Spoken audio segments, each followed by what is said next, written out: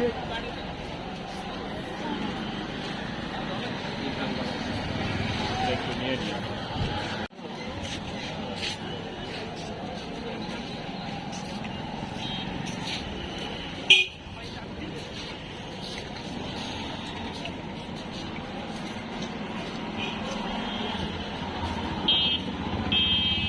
আপু, হ্যাঁ ভাইয়া, আজকে কি নতুন কেক আনছেন কি রসমালাই? আজকে নতুন একটা কেক আনছি, এটা হলো রসমালাই কেক।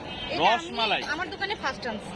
মানে রসমালাই দিয়ে আনছেন? হ্যাঁ, এই দেখেন উপরে একদম অরিজিনাল রসমালাই, ভিতরে রসমালাই, লেয়ারে লেয়ারে রসমালাই, মানে উপরে ভিতর বাইরে সব জায়গায় রসমালাই? হ্যাঁ, রসমালাই একদম রসে ভরা। আচ্ছা, এই আজকের কেক পুরো আপনার মতো? হ্যাঁ তাই। হ্যাঁ, পুরো আপনি যেমন দেখতে সিনেমার নায়িকা, আপনার কেকও আছে সিনেমার নায়িকা। আপু, এটার প্রাইস কত বিক্রি করছেন? ভাই এটা স্লাইস 100 টাকা। 100 টাকা স্লাইস। আর পুরোটা নিলে? পুরোটা নিলে 800 টাকা।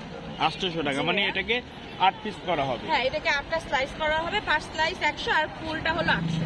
আজকে কতদিন আপু আপনার ব্যবসার বয়স? ভাই আজকে 15 দিন হচ্ছে। 15 দিন। প্রতিদিন তো নতুনত্ব চেষ্টা করছেন করার জন্য, এবং সারা কেমন পাচ্ছেন? ট্রাই করতেছি, আপনাদেরকে নতুন ফ্লেভার টেস্ট করানোর ট্রাই করতেছি। সারা আলহামদুলিল্লাহ ভালো পাচ্ছি। আমি যতটুকু কেক আনি আমার আলহামদুলিল্লাহ সব কেক সেল হয়ে যায়। প্রতিদিনের কেক প্রতিদিন চলে হ্যাঁ যায়? ভাইয়া, আমি মানে ফ্রিজে রেখে নেক্সট দিন আনতে হয় না।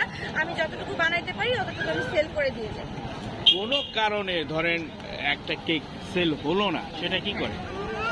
মানে আমার যদি 6-7 পিস থাকে, হয় আমি এখানে কাউকে দেই, আর না হয় আমার বাসায় ফ্যামিলি মেম্বার অনেক, তারা খেয়ে ফেলে।